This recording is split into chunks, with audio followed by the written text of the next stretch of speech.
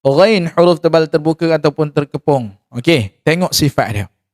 Huruf ghain ni dia termasuk tak dalam huruf itbaq? Dalam huruf isti'ala ada 7 kan? 7 huruf, 4 huruf itbaq, 3 huruf lagi infitah.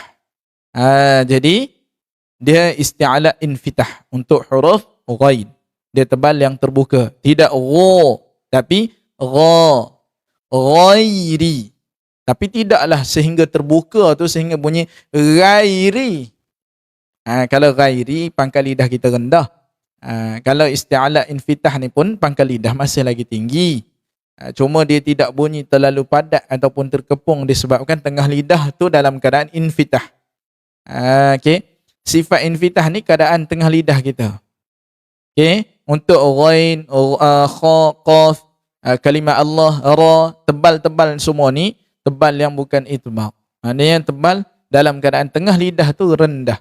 Kita sebut ra, tidak ro lagu tu. Allah, tidak Allah. Jadi lagu tu Allah terlalu tebal. Dia tidak ada itbaq, tidak apa bunyi itu agak terkepung, tebal dan terbuka. Tapi terbuka tadi jagalah. Jangan sampai ghairi. Lagu tu taklah. Tu dah jadi nipis, bukan tebal terbuka.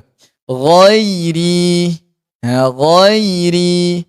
Tidaklah sehingga bunyi ghairi tutup lagu tu.